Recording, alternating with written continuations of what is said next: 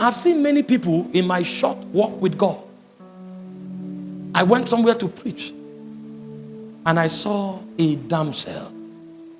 This young lady looked like an Indian. When I looked upon this lady, I thought maybe she came for that meeting to trust God to win a contract.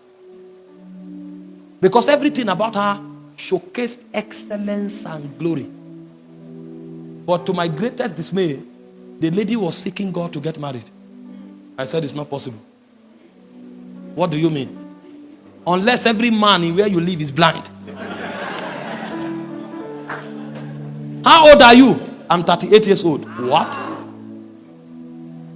Have you been locked up in your room all your life? How come? She said nobody has asked her out in the last 7 years. That was the day I discovered that there's a mystery about light and darkness. There's a mystery, great mystery. It was from that day that I came up with the understanding that it's not beauty that gets people married, it's favor. But you see, there are many people who don't have enough light. They spend all their money on hair, on eyelashes, and on fingernails. But when you have light, you will know that there is an economy that Esther had. That even when nobody should see the king, she broke protocol. And when she entered, the king stood up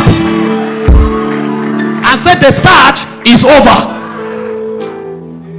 It will take light. It will take light. Too many people don't have light. Somebody entered ministry. He wanted to start ministry in Abuja. And he gathered 100 million and entered the city. Said they've come to take over the city. He said, relax. How much is billboard? He paid for it. How much is tent? He paid for it. After 4 months, they became 3 in the tent. That was when he knew that what you need to start a ministry is not money, it's light. I wish you understood the excellency of light. You wouldn't jump into that business until you have light. If you understood the excellency of light, you will not start that course. They told you medicine is lucrative. Meanwhile, if you had checked in light, your career is in music. You would not have wasted. We were not wise. We were not trained. If I knew, I would have been studying God from 10 years. If I knew this is where I would end, I was in the studio with lab coat. All the chemicals I studied, I have not used one. Because I didn't have light. Studied chemicals, studied water, H2O. Water, he said 2O. Studying about pinnacle, arrangement reaction in medicinal chemistry. I didn't need any of them. But there was no light. There's nothing wrong in schooling. But if I had light, I would have schooled in the direction of my call.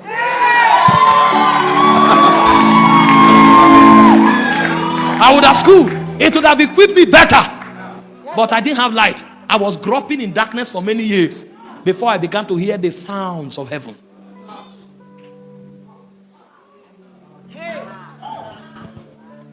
Why wouldn't I be studying political science if I'm a politician? If I knew that my place is in government? Why would I not be studying about business,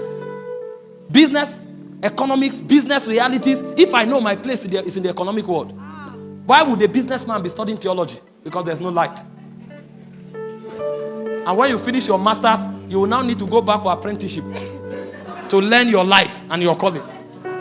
And so what light comes to do is that it gives you authority for rulership, and then it gives you power to crush the enemy.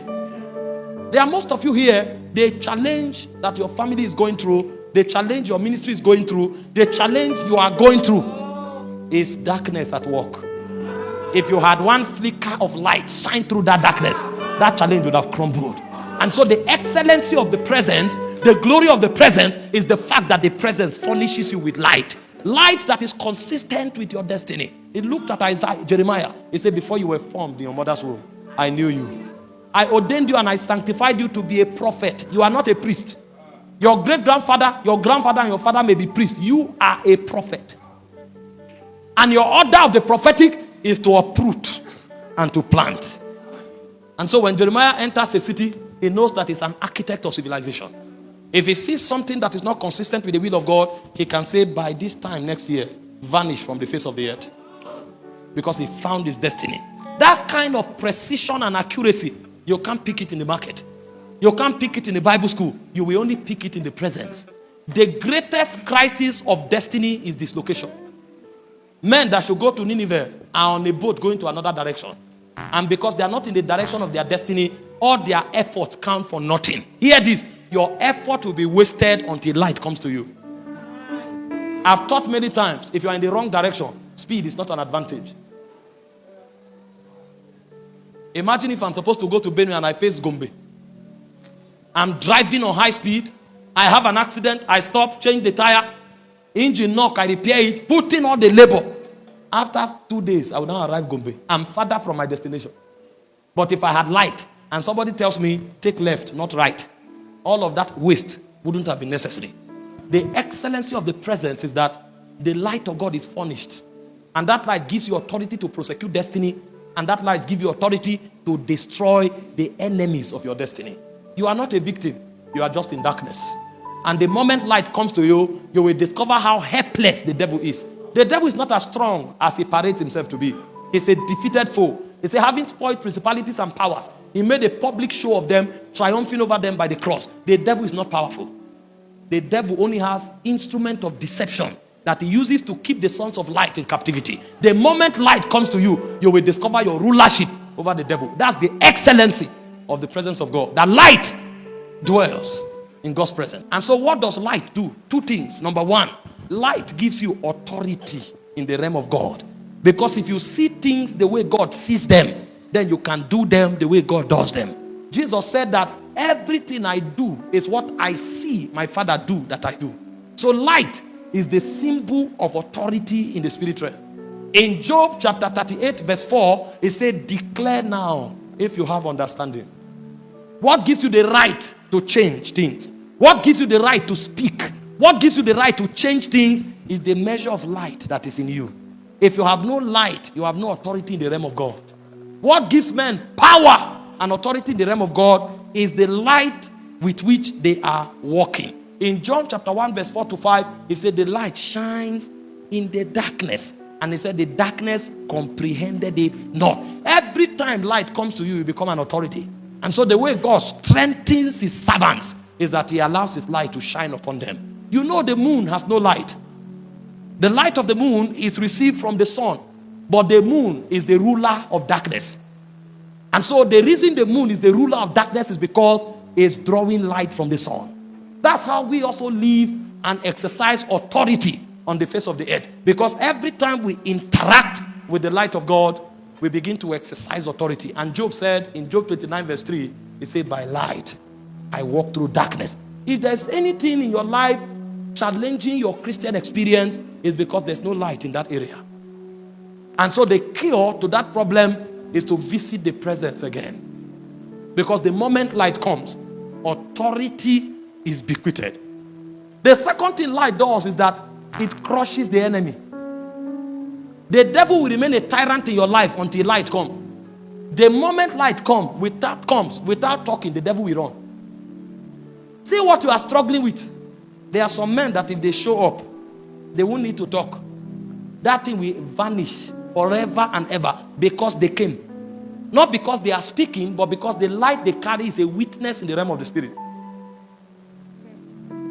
In 2 Thessalonians chapter 2 verse 8, it said, and then shall the wicked be revealed, whom the Lord shall consume with the spirit of his mouth, and he shall destroy with the brightness of his coming. Light destroys darkness. If there is a darkness in your life, what the presence of God will do for you is that it will give you light to destroy that darkness. It can be sin, it can be poverty, it can be failure, it can be near success syndrome. It doesn't matter. Darkness has no authority in the dwelling of light. The authority of darkness ends in darkness.